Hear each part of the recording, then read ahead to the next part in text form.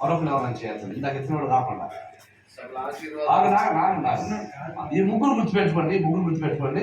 అందరం ప్రార్థన చేస్తాం. వీళ్ళు ముగ్గురు మాత్రం హైలైట్ చేస్తాం. కాసేపు అందరం 5 నిమిషాలు అందరం ప్రార్థన చేద్దాం. ఆ తర్వాత 1, 2, 3 క్లుప్తంగా ప్రార్థన చేద్దాం. ఓకే రైట్, ప్రార్థన చేద్దాం. అందరి కోసం, నశించిపోతున్న వాళ్ళ కోసం, అందరి కోసం ప్రార్థన చేద్దాం. అందరూ కలిసి ప్రార్థన చేద్దాం. చివరిగా వాళ్ళ ముగ్గురు ప్రార్థన చేసి ముగిస్తారు. నేనేం చెబుతాను అర్థం చేసుకోవాలి. ఎవరు విమర్శించట్లేదు సుమా, నేను ఎవరు అందుకే నేను చెప్పేదాడా నేను మాట్లాడుతుంటే అసలు మండిద్దండి. అలాంటి రోజుకి మండిద్ది. మీరందరూ మంచివాళ్ళు, మీరందరూ ఎంజాయ్ చేస్తున్నారు. నేనేం చెబుతున్నానంటే, ఏదో నాకు ఉంది యేసు ప్రభు కన్నా మించింది వరం అని.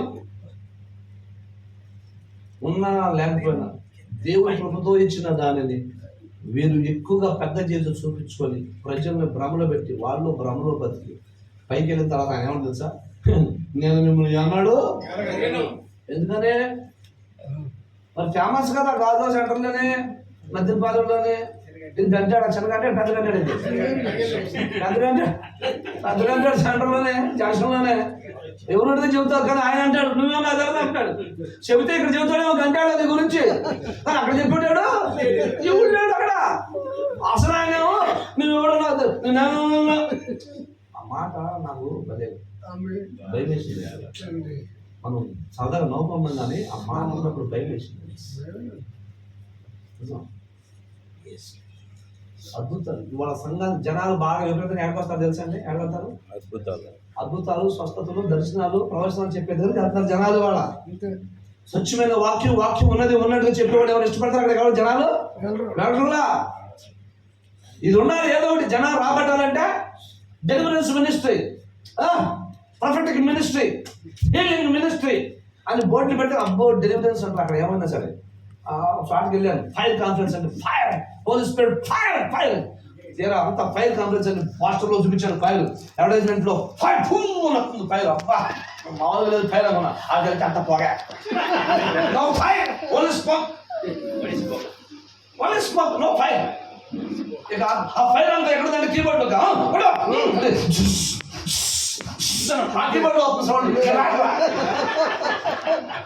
అగ్ని మండించు అంటాడు. మన గొంతు పోయింది అరిచేసి కానీ అగ్ని మండల కీబోర్డ్ లో చెప్పి ఫైర్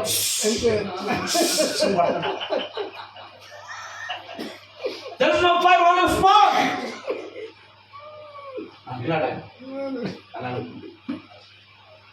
మీరెవరు, నేనెవరు ఎరువను, అసలు నీ ముఖం ఎప్పుడు చూడలేదు బాబు అంటున్నాడు ఆయన. వీళ్ళేమో 500 మంది బాప్తిసం సంఘం అండి మాది, 2000 మంది బాప్తిసం ఇచ్చానండి, 300 మంది బైబిల్ ట్రైనింగ్ ఇచ్చానండి. నేను ఇట్లాంటి సెమినార్లకు అబ్బా మామూలు లెక్క వందలు పెట్టేసేసాను అంటున్నాడు. నువ్వు ఇన్ని చేసి ఉండొచ్చులే కానీ అక్కడ నీ మొహం నాకు దేవత అంటున్నాడు ఆయన. నువ్వు సేవ చేసి ఉండొచ్చు బిడ్డ, నా పేరు నా నామంలో అని అంటున్నావు. యేసు నామంలో చేశాడంట. ఆయన నామము వాడుకుండొచ్చు కానీ నీ స్వార్థం కోసం వాడుకున్నావు, నువ్వు బతకం కోసం చేసి నా వాళ్ళు. 2 రకాలండి సేవకు వచ్చిన. బ్రతకడానికి సేవకు వచ్చిన వాళ్ళు ఒక రకం, సేవ కోసమే బతికేవాళ్ళు ఇంకొక రకం. బ్రతకడానికి సేవకు వచ్చామా, సేవ కోసమే బతుకుతూ ఉన్నామా? సేవ కోసమే బ్రతికితే నువ్వెవరో ఆయన తెలుస్తుంది. బ్రతకడానికి ఇది ఒక మార్గము ఎంచుకొని సేవకు వస్తే నువ్వెవరో నాకు తెలియదు, నేను ఎన్నడూ ఎరుగను అంటున్నాడు ఆయన. దాని ముందు చెప్పిన మాట ఏంటంటే అబ్బో ప్రభా చించుకున్నంత మాత్రాన ఇక్కడ ప్రవేశం ఏం లేదు అబ్బాయి అంటున్నాడు. ఎవరికొందంట, నా తండ్రి చిత్త ప్రకారం వచ్చేవాడు. నేను చేసినంత తండ్రి చిత్తమేనా? లిస్ట్ అంతా కనబడుతుంది లిస్ట్. ఇదంతా నా తండ్రి చిత్తమేనా? సేవ కోసమే బతుకుతూ ఉన్నామా? మన సేవని మనల్ని దేవుడు చూస్తూ ఉన్నాడా లేదా? ఆయన మనకు తెలుసా లేదా? మనకు తెలవడం కాదు, మనం ఆయన తెలవాలా. సీఎం చంద్రబాబు బాగా పరిచయం బాగా చూశారు. ఆయన అడుగుతారా, చెప్తారా? ఆయన ఉదయం నాకు తెలుసా చెప్తాడా? చెప్పకపోతే కొంతమంది మోహనం తయారయ్యారు. నా కాళ్ళు తెలిసి ఉద్యోగం పెడతాను, సపరేట్లో పని అయిపోద్ది. డబ్బులు తీసుకున్న తర్వాత ఫోన్ నెంబర్ మార్చేస్తుంది. వీళ్ళు కొట్టుకున్నది టకా మరి ఏం లేదు. అది అట్లా ఉంటుంది. ఆ తండ్రి చిత్తం ప్రకారం చేయమని. రెండోది నేను అన్నాడు నువ్వు ఎరుగున్నా. మూడవది అక్రమము చేయమన్నా. నువ్వు చేసిన సేవ ఏమో కానీ అంతా అందులో అక్రమమే, క్రమము లేదు. చివరికి ఏమో తెలుసా, నా ఎదురు చెప్పమన్నాడు. ఎవరండి ఇల్లు? కాదు, అద్భుతాలు చేసిన వాళ్ళు, ప్రవచనాలు చెప్పిన వాళ్ళు, భయంకరమైన ఫాలోయింగ్ ఉన్నవాళ్ళు, 2000 మంది బాప్తిస్మం ఇచ్చిన వాళ్ళు, 500 సంఘాలు ఉన్నవాళ్ళు, 300 మంది పాస్టర్లను తయారు చేసిన వాళ్ళు, చచ్చిపోయిన బతికించిన వాళ్ళు, అంటే దెయ్యం వెళ్ళిపోయింది, దెయ్యాలు వెళ్ళగొట్టిన వాళ్ళు, స్వస్థతలు చేసిన వాళ్ళు, left right front back reverend bishop ఇన్ని రకాలు పెట్టుకున్నాడు. ఏమనుకో బాబు చెప్తున్నాడు. వీళ్ళందరూ Jesus never call it bishop or reverend or something. Yesu ప్రభు తన జీవితకాలం ఎప్పుడు కూడా రెవరెండ్ అని బిషప్ అని ఆయన ఏమన్నారు సార్? కాపాడు, మంచి కాపాడు, ప్రధాన కాపాడు, అంటే మన ప్రధాన యాజకుడు ఆయన. ప్రధాన యాజకుడు ఇది వేరే ఆయన ఏం చెప్తున్నారు. అక్కడికి వెళ్తే వాళ్ళని కొండరా అంటే అంత గొప్ప సేవ చేసిన పెద్ద సేవ పెరుగుతున్న వాళ్ళే బయటకు పోతే మన సంగతి ఏంటో నాకు భయం వేసింది. మన పరిస్థితి ఏంటి? నా ఆలోచన. సమయం లేదు, త్వరగా ఉన్నాం. ఇప్పుడు ఈ సేవ కదా, ఈ సేవ ఎవరిని సంతోష పెడతానికి చెప్తున్నారు? సేవ ఎవరు సంతోషిస్తున్నారు? ఈ పరిచయం మనుషులు సంతోషిస్తున్నారా? సేవకులు సంతోషిస్తున్నారా? దేవుడు సంతోషిస్తున్నాడా? ఏమంటే మనుషులు మాత్రమే సంతోషిస్తే, దేవుడు సంతోషం లేకపోతే ఆ సేవ ఏంటి పరిస్థితి ఏంటి? ఆయన అంటున్నాడు, పౌలు గారు గలతీ 1:10 అంటాడు, ఇప్పటికీ నేను మనుషులను మనుషులను సంతోష పెట్టుకోరు వాడైతే. ఈ వాక్యం మీకు తెలదండి, ఈ వాక్యం మీకు తెలుసా తెలదా?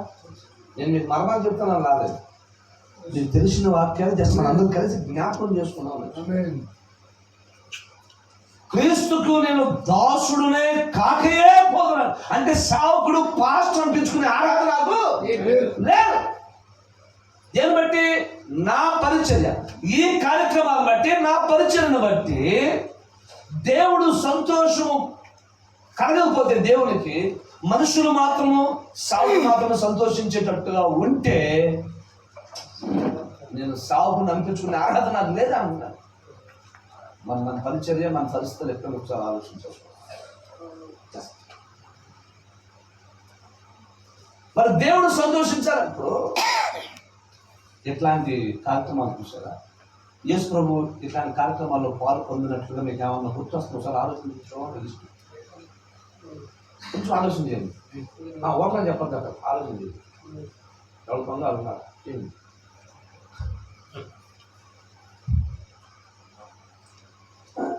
పెళ్ళి పెళ్ళికి వెళ్ళాలే లేదంటే ఇంకా గృహదర్శనాలు ఉన్నాయి. పేతురు అత్తగారు ప్రభు వెళ్ళింది, పేతురు అత్తగారు ప్రభు సాగు చక్కయ్య, ఒకటి పెళ్ళి, ఇంకొకటి సాగు. పెళ్ళికి వెళ్ళాడు, సాగుకి వెళ్ళాడు. అలాగే ఎక్కువ అన్ని చెప్తే మనకి ఆ తేడా వచ్చింది. సమయం చెప్తాను. యేసు ప్రభు వెళ్ళాడు పెళ్ళికి, అక్కడ జరిగిన విషయం టచ్ చేసి వెళ్ళిపోతాడు. 11 వాక్యం 2:11 యోహాను. ఆయన యందు అనేకులు విశ్వాసం ఉంచిరి. మనం పెళ్ళికి వెళ్తే ఏం చేస్తాం తెలుసా? మనం ఏమయ్యా బాగున్నాయా, చాలా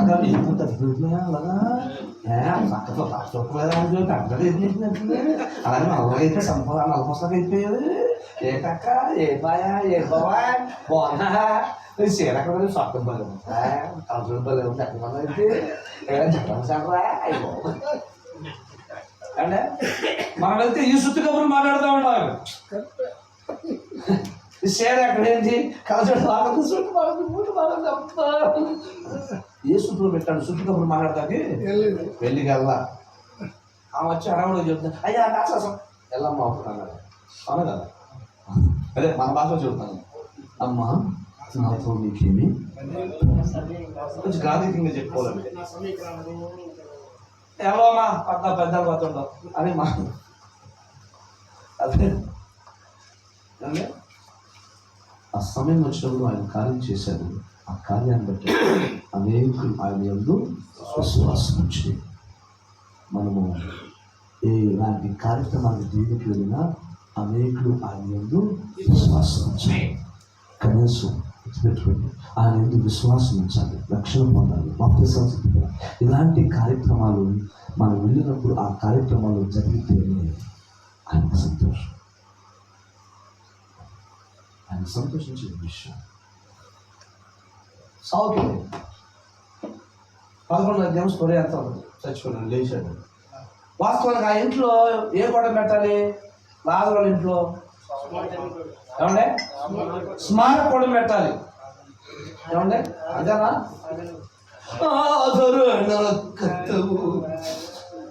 రాకపోయినా నేర్చుకున్నాడు.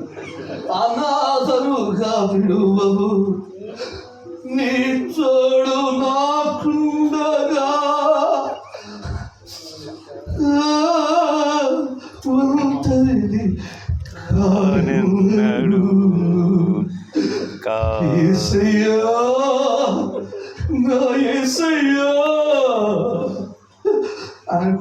అప్పుడు దాకా నవ్వుతున్నాడు. ఈ యాక్షన్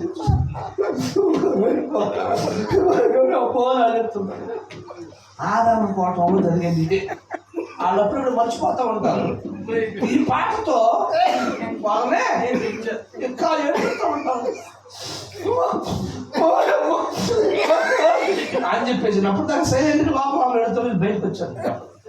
కానీ ఆ ఇంట్లో ఏమి ఏర్పాటు చేశారు ఏం తెలుసా? కొత్త కోటం ఏర్పాటు చేశారు. అందరికీ భోజనాలు పెట్టారు. భోజనాలు కూర్చున్న తర్వాత ఆ 12 అధ్యాయం చదువుతారు ఎవరన్నా? మొదటి వాక్యాలు చదవండి, 1-2 వాక్యాలు. యోహాను స్వార్థ ఏడో ఇద్దరు మరి పడుతున్నాను అది యోహాను ఇది యోహాను రాసింది ఏమైతే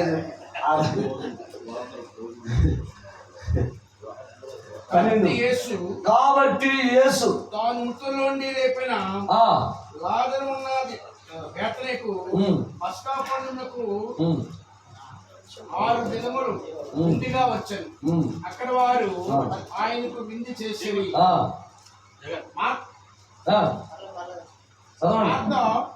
ఉపకారం చేశాను. లాజరు ఆయనతో కూడా భోజనకు కూర్చున్న వారిలో ఒకడు.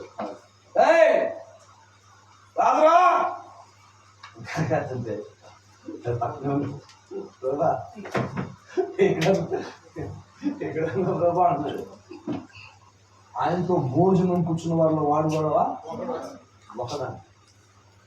ఆ లాజరు వాడి జీవితంలో ఎప్పుడు ప్రార్థన కూర్చున్నవాడు కాదు. అవునండి, వాడు గంగా బడ్జెట్ తీసుకున్న రోడ్డు మీద తిరుగుతున్నాడు. వాడి ఇంట్లో ఎప్పుడు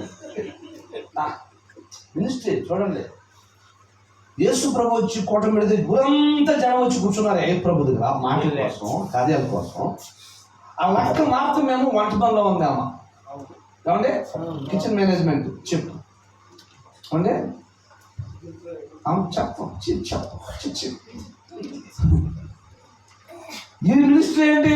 అగా మాటగా అయ్యగారు వచ్చారు. ఏసఐ గారు అయ్యగారు గాయాసం వచ్చేదాకా పాయాసం పోసి పెట్టాక నీకేమేమి కావాలో మొత్తం తెచ్చిపెట్టానక్క. నేను మార్కెట్ డిప్యూటీ అంతా విడిది అన్ని తెచ్చిపెట్టి అక్కడికి అక్కడ ఉండి పెడతా ఉంటుంది. ఇక ఆ ప్రభుదేవి కూర్చుంది ఎవరు? ఆ మరియా. మనమేమో రోడ్డు మీద తిరుగుతుంటాడు ఫార్మా కూడా. ఆమెమో వంటగదిలో ఆ పనిలో ఉండేది. ఏమని కూర్చుంది? 3 జనం వచ్చి వాక్యం ఉంటుంది. ఇది ఎన్నడూ ప్రభుదేవి కూర్చున్నాడు అక్కడ. అందుకనే సాబతుల్లో ఉన్నాడు మొత్తం అంటే సావలేదు తర్వాత కొత్త బతుకుతాను అది బాగుపడుతుంది అని ప్రభు ఈ మాటలు లేవులే బైబిల్లో కానీ చెబుతున్నాను. లేవు ఏ వర్షం అనుకున్నాను.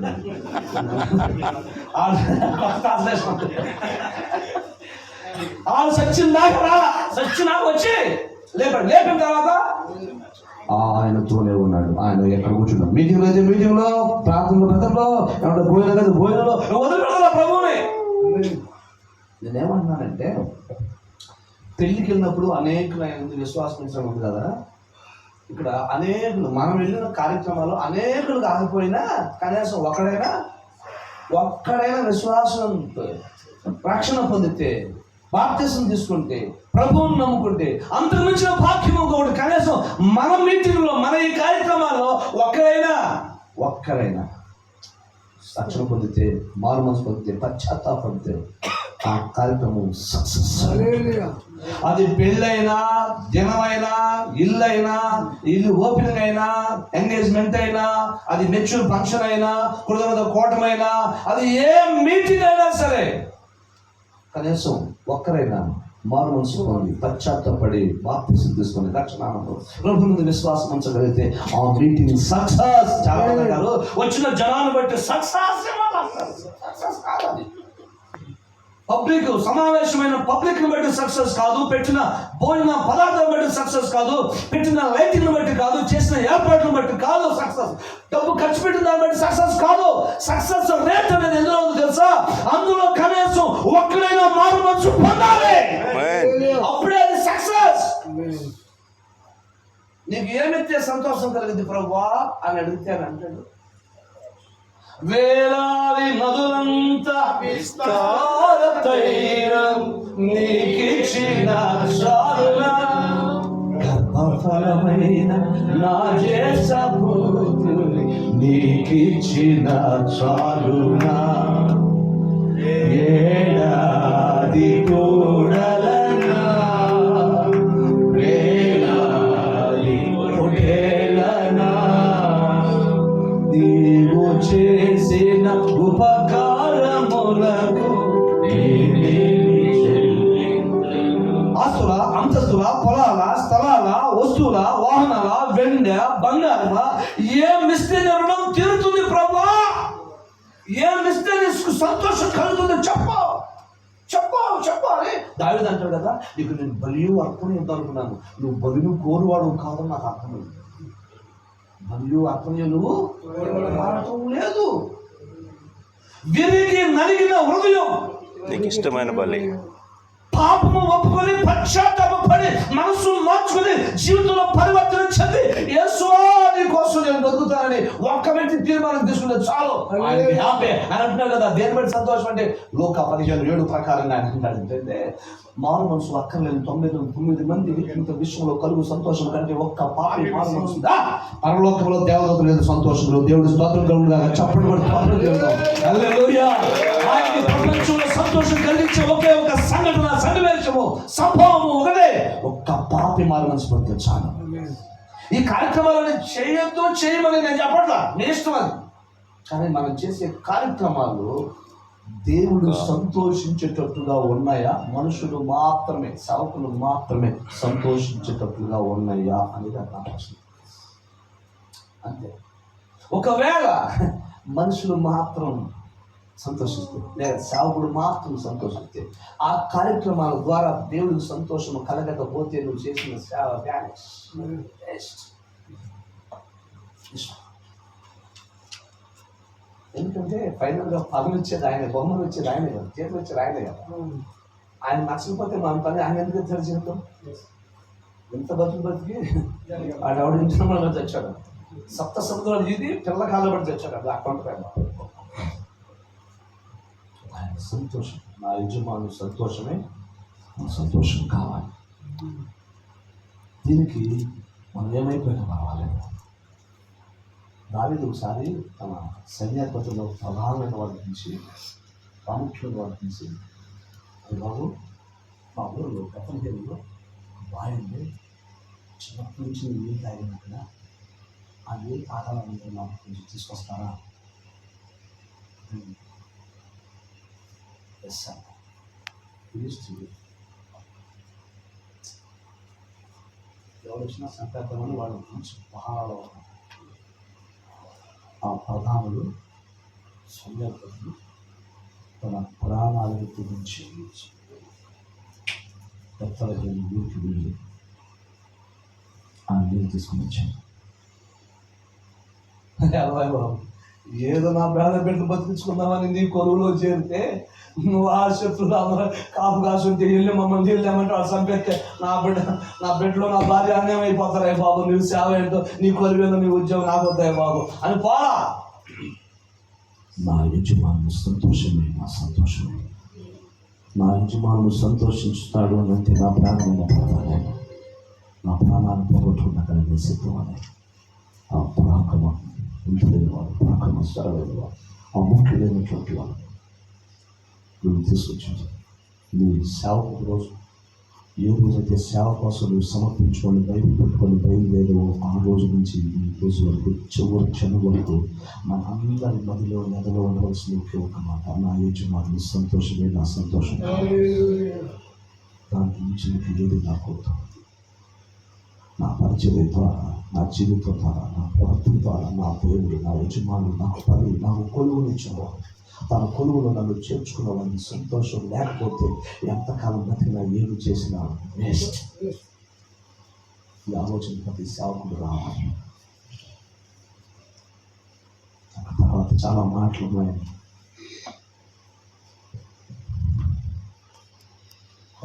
40 మందిని పంపించారు, దగ్గర చెప్తున్నాను, వెళ్ళొచ్చారు. ఇద్దరు జతలుగా పెట్టారు, తిరిగి వచ్చి కథలుగా చెప్తున్నాను. ఏం జరిగింది రిపోర్ట్ అని అంటే చెప్తున్నాను. చాలా అద్భుతాలు జరిగింది, దెయ్యాన్ని కోరికలు చెప్తుంటే ఇవన్నీ చాలా బాగా.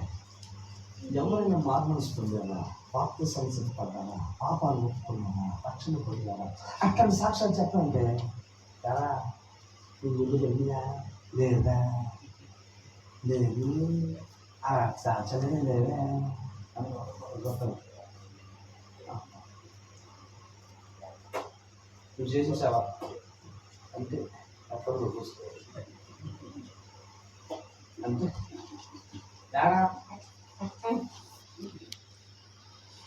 అప్పుడు చదువుతున్నాడు ఆయన, సరే ఎవడో మారు మనసు రక్షకు పొందుకున్నా పర్వాలేదా స్వామి, కనీసం మీరైనా పరలోకం పోతారా నాశనం అవుతారా, మీ పేర్లనే ఉండేదో చూసుకున్నాను.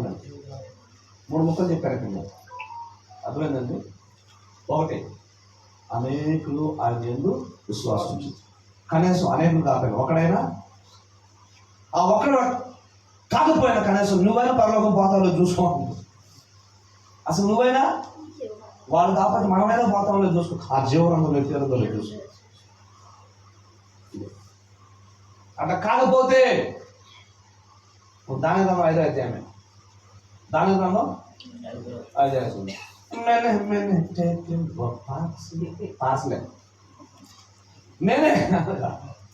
మెనే అనగా దేవుడు మీ ప్రభుత్వ విషయంలో లెక్కలు చూసి పుస్తకం ముగించి పక్కన పెట్టాడు. తెకేలు అనగా ఆయన త్రాసులో తూచగా నువ్వు తక్కువగా కనబడితే, కాబట్టి పరేస్ అనగా నీ దగ్గర నుంచి రాజ్యం అధికారం ప్రభుత్వాన్ని తీసి మారేందుకు అదే రాత్రి 127 సంస్థానాల మీద అధికారి, సామ్రాజ్యానికి అధినేత చిన్న గొడ్డ మొక్కతో చంపేసేసాడు. ఎంత సెక్యూరిటీ ఉంటుందండి? అంత సెక్యూరిటీ ఉన్న వ్యక్తిని దేవుడు ఎప్పుడైతే నీ విషయంలో నా విషయంలో అసంతృప్తిగా ఉంటాడో, ఆయన సంతోషించినట్టుగా మనం సేవ చేయమో, మన సేవ ఆయనకు సంతోషము కలిగించదో, అప్పుడు ఆయన సింపుల్గా తీసి అవతల పడేస్తాడు. అంతే. అడవిలో నుంచి తెచ్చి రాజదర్బార్లో కూర్చోబెట్టడం తెలుసు ఆయనకి.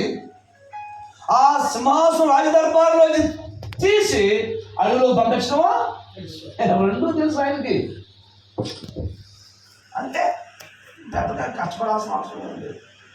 ఆ రాత్రి బెల్షస్సరు చచ్చిపోయాడు. బైబిల్ చరిత్రలో 60 సంవత్సరాల వయసులో రాజు అనేటువంటి చరిత్ర మాదుడు అనేటువంటి ధైర్యవేషకు మాత్రమే దక్కింది. ద ఏజ్ ఆఫ్ 60, రిటైర్మెంట్ వయసులో ఉద్యోగం ప్రారంభించాడండి మాధుడు ధైర్యవేష్. నేనేం చెప్తున్నాను అక్కడ,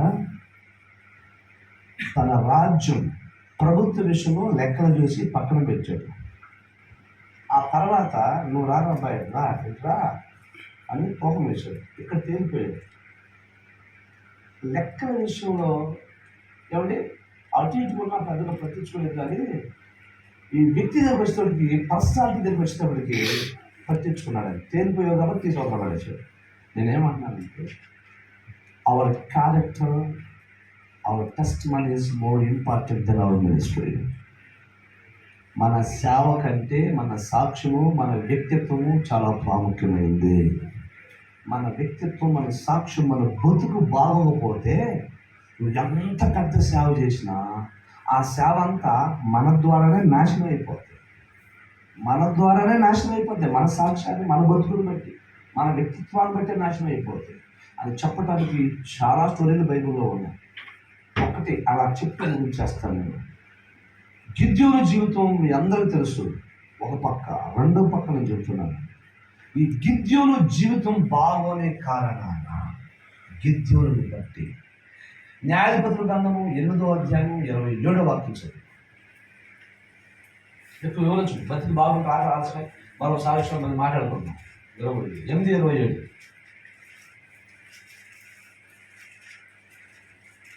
న్యాయాధిపతులు.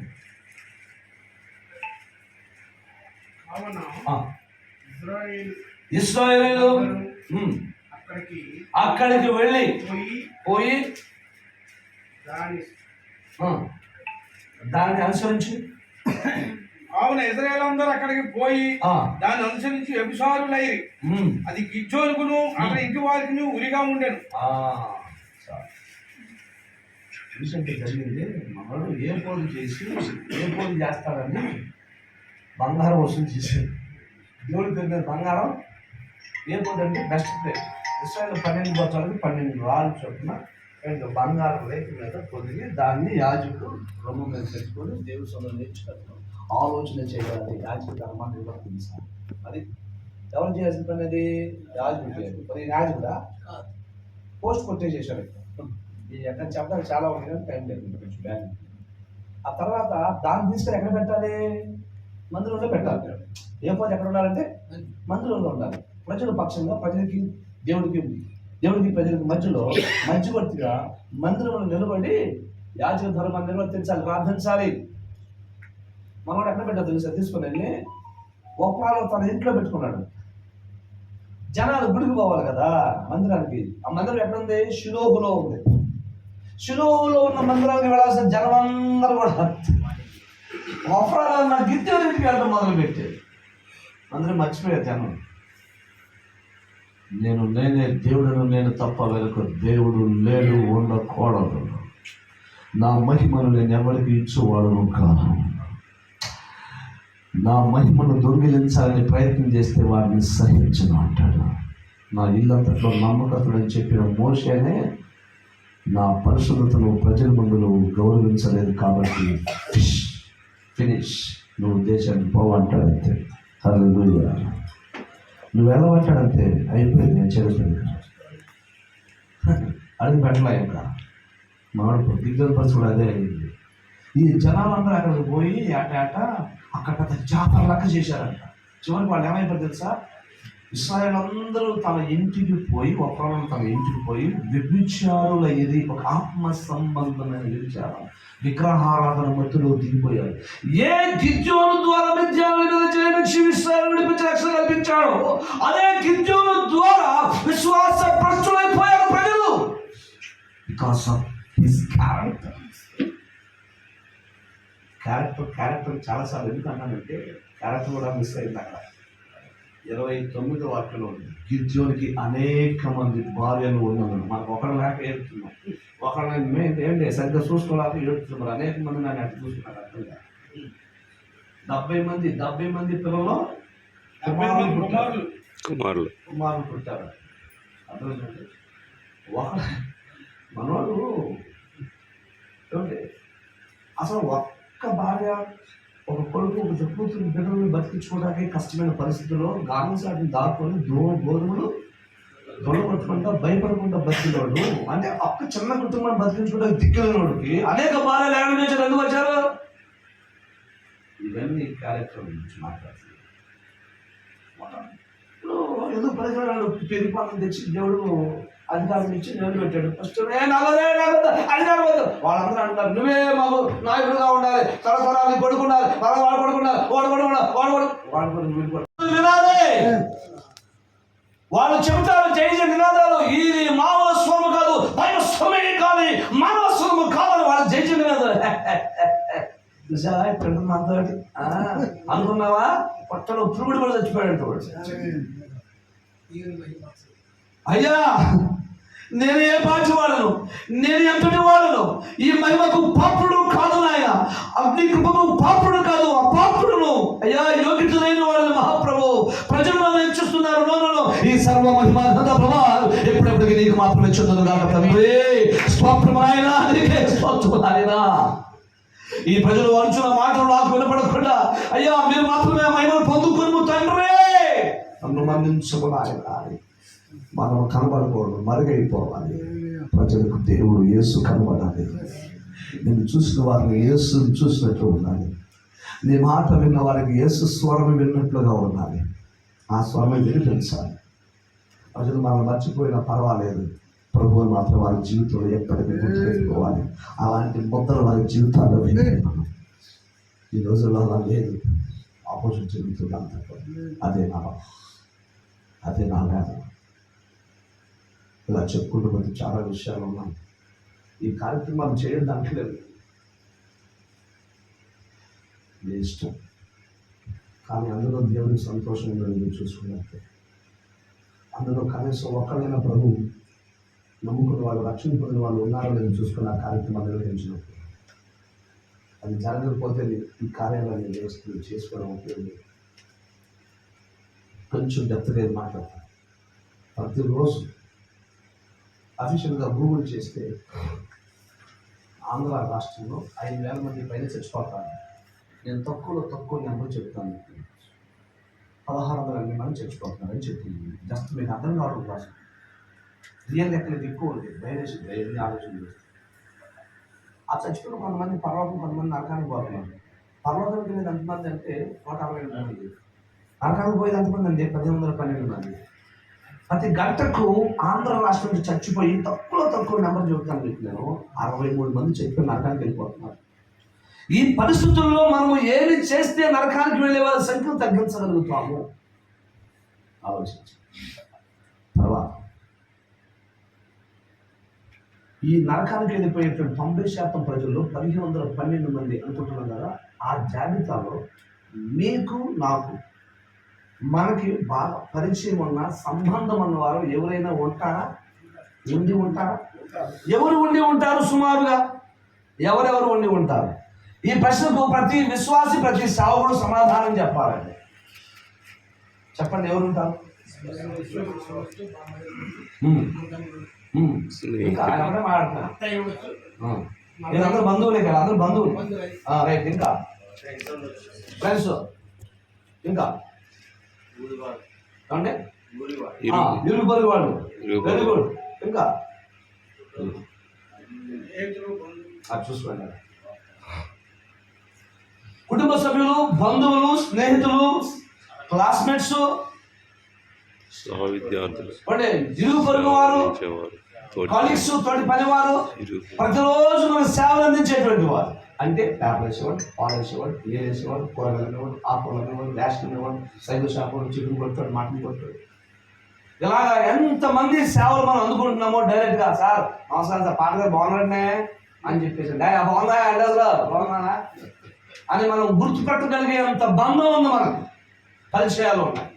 ఈ పరిచయం ఉన్నటువంటి వారు అందరూ కూడా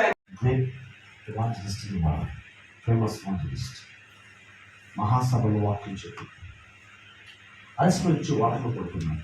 ఆ వాటర్ బాయ్ వచ్చి తలుపు తట్టి, సార్ లాస్ట్ సర్వీస్ సార్, మీకు ఏమైనా కావాలంటే చెప్పండి సార్, మీకు అందించేసి వెళ్తాను. నేను బాబు నేను అలసిపోయాను, నాకేం వద్దు, వెళ్ళిపోరాను. వాడు మళ్ళీ వచ్చాడు. సార్ మీరు చెప్తే అర్థం కాదు, నేను అలసిపోయాను, పడుకోండి, నాకేమైనా కావాలి, నేను అడుగుతాను, వెళ్ళిపో, పంపించేసి.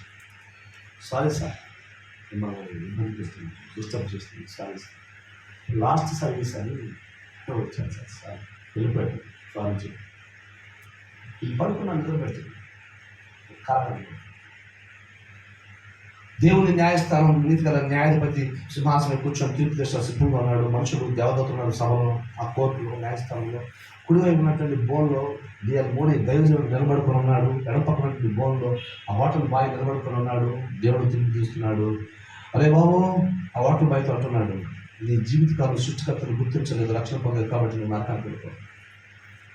సరే ప్రభువా, నీవు ఇచ్చిన తీర్పు న్యాయమైనది, నేను మాట్లాడే హక్కు నాకు లేదు. నా జీవిత కాలంలో నా బాధ్యతను విస్మరించి సృష్టికర్తను గుర్తించకుండా విచ్చలవిడిగా బతికి నేను చచ్చిపోయి నాకు అది న్యాయం. కానీ చిన్న మనవి, నాలాంటి మూర్ఖులు సువార్త చెప్పి రక్షణ నడిపించే బాధ్యత ఈ పాస్టర్కి ఇచ్చారు కదా బాబా. ఆ రోజు రాత్రి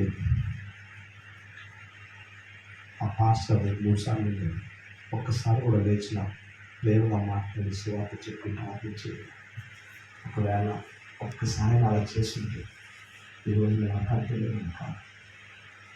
నా బాధ్యత నిర్వర్తించలేదని నన్ను నరకానికి పోమని శిక్షిస్తున్నాను. మరి సేవకుడి బాధ్యత నిర్వర్తించలేదు, ఆ దేవుని శిక్షిస్తాను లేదు. నన్ను మాట్లాడడానికి మళ్ళించలేదు.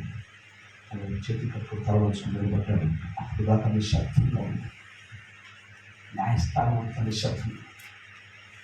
ఒక్కసారిగా తప్పిపోయింది.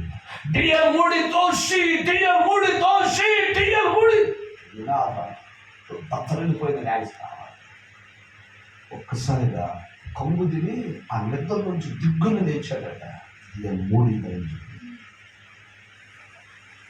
టెన్షన్తో పరిగెత్తకుండా రిసెప్షన్కి వెళ్ళాడు. బ్రదర్, రాత్రి నాకు సర్వీస్ ఇచ్చినటువంటి ఆ బ్రదర్ ఉన్నారా, ఒకసారి పిలుస్తారా అంటే ఆయన అన్నాడంట, sorry sir, it's no more, క్షమించండి. ఆయన మీకు చివరి సర్వీస్ ఇచ్చి వచ్చి తన ఆత్మహత్య చచ్చిపోయాడు సార్. అతని సేవలు మీరు ఎప్పుడు పొందుకోలేదు సార్. అవునా? అయ్యో, తలకాయ బాగుంటుంది, దేవుడికి ఏడుస్తున్నాడట.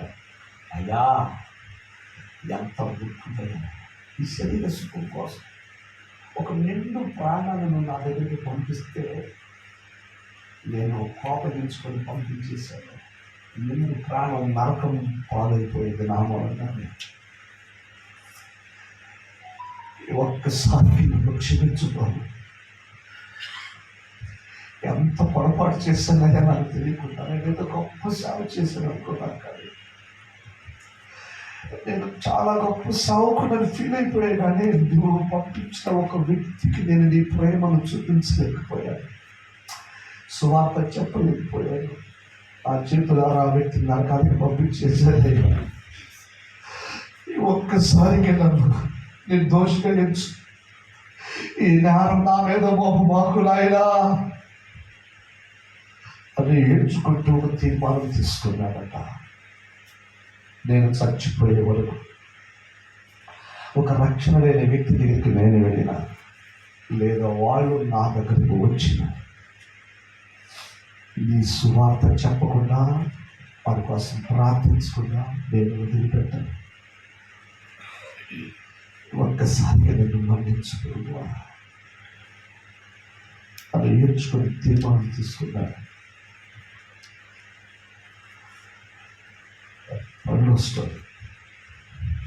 నాకు ఎవరు సువార్త చెప్పలేదు, ఎవరు నన్ను క్రీస్తులోకి సేవలోకి నడిపించిన వాళ్ళు సహాయం చేసి సహకరించి ప్రోత్సహించి సేవలు స్థిరపరిచి బలపరిచిన వాళ్ళు ఎవరు లేరు. ఆ సృష్టికర్త అయిన దేవుడే ఈ దేవుని జ్ఞాపకం చేసుకొని దర్శించి రక్షించారు. ఆ విధానం క్లుప్తంగా కొన్ని మాటలు మీకు అర్థమవడం కోసం చెప్తాను. నాదొక విషాదకరమైన పెద్ద గాథ, అంతా చెప్పడానికి అవ్వదు. క్లుప్తంగా హైలైట్స్ మాత్రం జ్ఞాపకం చేస్తాను. ఈ క్లుప్తంగా విన్నప్పుడు చాలా ప్రశ్నలు వస్తాయి. మరొకసారి కలిసినప్పుడు దూరంగా మాట్లాడుకున్నాం, ప్రశ్నలకు నివృత్తి జరుగుతుంది. నా పేరు వీర వెంకట కనక దుర్గా రాంబాబు. నేను ఒక నిష్ఠమైన హైందవ కుటుంబంలో జన్మించాను. మా అమ్మ నాన్నకు 3 సంతానం, 2 ఆడపిల్లల తర్వాత నేను. మా అమ్మమ్మ వాళ్ళు కలిగిన వాళ్ళు మా అమ్మ తరలించి పెద్ద ఏం లేదు ఇళ్ళతో పోలేదు. దాదాపు నేను పుట్టినప్పుడు 50 సంవత్సరాల క్రితం పెద్ద ఈ స్థలంలో లోకి 14 గొర్రె మేకల మందులు ట్రాక్టర్ కారు వెళ్ళేటప్పుడు అప్పట్లో 50 సంవత్సరాల క్రితం కారు మెయింటైన్ చేయడం అంటే మామూలు విషయం కాదు. కొన్ని గ్రామాల్లో సైకిల్ కొనుక్కొని వస్తే దాన్ని విచిత్రంగా చూసేవాళ్ళు. సైకిల్ సైకిల్ కొనాలంటారు. అలాంటి పరిస్థితుల్లో పుట్టి ఆ అమ్మమ్మకి మా అమ్మ ఒక కూతురు వాళ్ళకి కొన్ని కొడుకు వారసు ఇక్కడ ఆడుతుంది. 2 కుటుంబాలకు నేను వారసు. ఎదుగొచ్చి అనుభవించే టయానికి ఏమీ లేకుండా రెక్కల గట్టి మిగిలిపోయేది మొత్తం హరించిపోయింది. ఆ తర్వాత మా తల్లిదండ్రులు విషయానికి వస్తే మా నాయన వాళ్ళ అమ్మ నాన్న ఉన్నప్పుడు టైలరింగ్ పని నేర్చుకున్నాడు. తర్వాత అడిషనల్గా బోత వైద్యం నాటు వైద్యం నేర్చుకున్నాడు. వేరే పూజ చేసేవాడు. హనుమాన్ దేవతలు వచ్చేది, సకినం చెప్పేది. గొడ్లు పోయిన వాళ్ళు, డబ్బులు పోయిన వాళ్ళు, బంగారు పోయిన వాళ్ళు, రాత్రిపూట భయపడిన వాళ్ళు, దెయ్యాన్ని పట్టిన వాళ్ళు వచ్చి బాగు చేసుకుని వెళ్ళారు. నాటు వైద్యం చేసేవాడు. రకరకాల వ్యాధులకి మందు ఇచ్చాడు. ఇలా అందరికీ దేవుడు అయ్యాడు. మా నాన్న మాకు శాపం. ప్రతి మంగళవారం ఒక జాతరలాగా ఉండేది. జనాలు వచ్చి బాగు చేసుకుని, భక్తులు వచ్చి పోతుంది. అన్నిటికీ సమృద్ధిగా ఉంది. తినడానికి ఉండడానికి కట్టుకోవడం ఏమీ తక్కువ లేదు. అలాంటి పరిస్థితుల్లో మా అమ్మ నాన్న మధ్య వచ్చి చిన్న మనస్పర్ధను బట్టి వాళ్ళు విడాకులు తీసుకుని వెళ్ళిపోయారు. ఆ విడాకుల సమావేశం పంచాయతీ రావుల వారి దేవాలయంలో ఏర్పాటు చేశారు. పెద్దలు చెప్పారు, ఇద్దరు కౌన్సిలింగ్ ఇచ్చారు. అబ్బాయి పిల్లలు చిన్నవాళ్ళు ఆలోచన చేయాలి. అమ్మా ఎందువల్ల ఆలోచన వద్దు, నాకు విడాకులే కావాలి, నాకు వద్దు వద్దు అని పట్టుకున్నాను. సరే పిల్లలకి ఏం చేస్తారంటే నేను కావాలంటే నేను తీసుకుని పోతానండి. పథకం పెట్టారు. సరే మీరు కాదు వాళ్ళు అడుగుదాం. అదే నాన్న అమ్మ కావాలా, నాన్న అడుగులు కావాలని చెప్తుంది. మా పెద్దక్క నేను మా నాన్న కోరుకున్నా, మా చిన్నక్క మా అమ్మను కోరుకుంది. అలా మా కుటుంబం ముక్కలు అయిపోయింది. 1987 సంవత్సరంలో జరిగింది. ఆ తర్వాత మా నాన్న తక్కువ టైంలోనే వెళ్ళి అంతకుముందే పరిచయం ఉన్న పసుపుదాడు పెట్టి భార్య తెచ్చి మాకు పరిచయం చేశాడు. అలా మా మారు తల్లి మా ఇంట్లో అడుగుపెట్టిన దగ్గర నుంచి పెట్టే బాధలు తట్టుకోలేక మా పెద్ద అక్క పురుగుమందా చచ్చిపోయింది. మా అమ్మతో కూడా వెళ్ళినాము. కొంతకాలం తర్వాత జాండీస్ అయ్యి తెలియక పరిచయం చేయదు ముందు వాటిని ఆమె చచ్చిపోయింది. మా బాధలు పొడుగు పెడితే నేను వెళ్తే వాళ్ళకి ఎక్కడ ఆస్తి పంపకాలు తక్కువ అయిపోతాయని నన్ను వదిలించుకోవడం కోసం ఏం చేసిందంటే 2 సార్లు చంపడానికి ప్రయత్నం చేసింది. ఆ భగవంతుడు ఆ చేతిలో జాకుండా తప్పించాడు. కానీ నేను ఎక్కడ వదిలించుకోవాలనే ఆలోచన మాత్రం బాగా ఆలోచించుకొని మా నాన్నకు షరతు పెట్టింది. ఏమయ్యో నీ కొడుకు కావాలి, నేను తెలుసు వాడి ఇంటికి పంపడం నేను ఇంటికి వాళ్ళు ఏం చేయాలి అర్థం కాక వారసు మగపిల్లని. మా నాయన 5 రంగంలో నేను ఒక్కనే ఉంటుంది. నేను పుట్టిన చాలా కాలం తర్వాత వాళ్ళ మగపిల్లలు పుట్టారు. ఆడపిల్లలు అందరూ ఉన్నారు, అందరికీ ఆడపిల్లలు ఉన్నారు. అలాగా నా 10 సంవత్సరాల వరకు మా లైఫ్ రాజా చేయించాలి అనుకోవడం ప్రారంభిస్తే మంచి మనసుతో మధ్యపై భావించుకోండి. నాకు ఎందుకు చనిపోయేది కాదు. కొంతమంది ఏమీ కట్టుకుపోవడం మొహం మీద తీసుకొచ్చేది. మీ అమ్మ ప్రతిరోజుకి వ్యాపారం అయిపోయింది, దాన్ని పని చేసుకుని చావాల్సిందంటే ఏ పని ఇచ్చారు చిన్న పని. అలాగే నేను ఇది తప్పు చేయలేదు కదా, అనుకుంటుంటే ఆకులని అడుగుతుంటే ఎందుకు నన్ను కొడుతున్నారని అడుక్కోవటం మానేస్తే ఆకులు మానేస్తారు.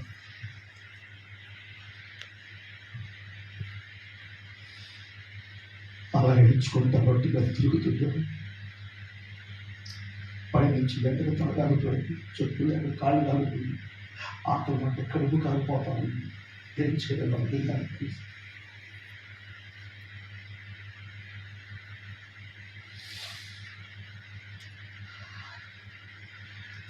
ఈ ఎండకి కళ్ళు తిరిగి పడిపోయి శక్తి లేచిపోతా ఉండేది. అలాంటి సమయంలో ఎవరైనా తెలిసినాడు మా ఊళ్ళో ఎదురుపెట్టి, అరే ఆ పిల్లడు రామారావు కొడుకులా ఉన్నాడు, ఆ పాపం అమ్మ నాన్న సరిగ్గా లేకపోతే బిడ్డలు బతుకులట్టు అయిపోతాయి కావాలి. అయ్యో పాపం అన్నవాడే కాదు. అయ్యా నాకు ముద్ద తిరిగి ఎవరు రోజు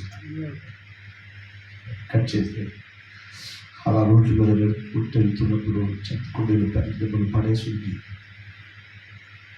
వాటి కోసం చెత్త చెదారం అంతా ఉన్న వాటి కోసం కుక్కలు పందులు మేకలు ఎగబడి కొట్టుకుంటాయి. నేను చూసినప్పుడు నాకు కూడా ఏమన్నా తిరిగితే ఎవరిని పరిగెత్తుకొని వెళ్ళి వాటిని తరిమేసేసి ఆ పారేసి వెళ్ళి ఏరుకొని శుభ్రం చేసుకుంటే ఆ కుళాయి దగ్గరికి వెళ్ళి నీళ్ళు తాగాను.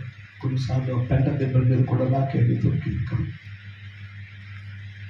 కట్ చేసి పడుకుందామని శ్వాసలు బంద్ చేసినాక ఆ అరుగుల మీద పడుకుంటా వెళ్తే ఆకలికి పేగులు వస్తూ ఉంటే నిద్ర పెట్టేది కాదు. మరో పక్క బాగులు కూడా వేస్తూ ఉంటే, మరో పక్క భయంకరంగా చలి కప్పుకుంటా దుప్పటి ముక్కు కూడా లేదు. దుప్పటి సంగతి దేవుడు ఇంటి దగ్గర నుంచి తెచ్చుకున్న ఎక్స్ట్రా జత క్యారీ బ్యాగ్లో కూడా ఎవరో కొట్టేశారు. నా ఒంటి మీద ఉన్నటువంటి ఆ నిక్కర చొక్క తప్ప ఏం లేదు. అది కూడా మట్టి కొట్టింది, చిరిగిపోయింది. ఎవరైనా పెడితే నా దగ్గర తీసుకోవడానికి బొచ్చు కూడా లేదు, పాత్రలు కూడా.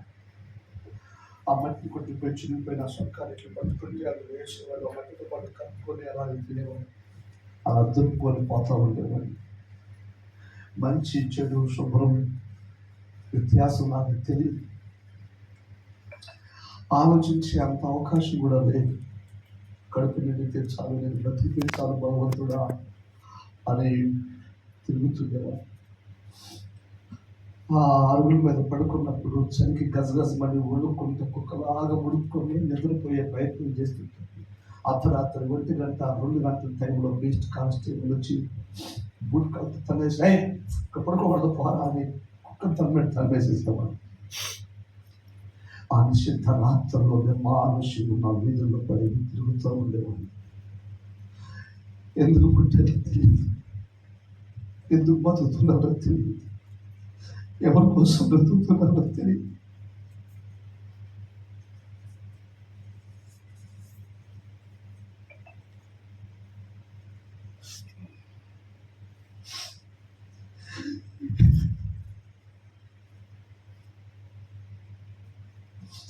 ఇట్లా ఎంతకాలం బ్రతకాలో తెలియదు. నేర్చుకుంటూ పోతా ఉండేవాడు.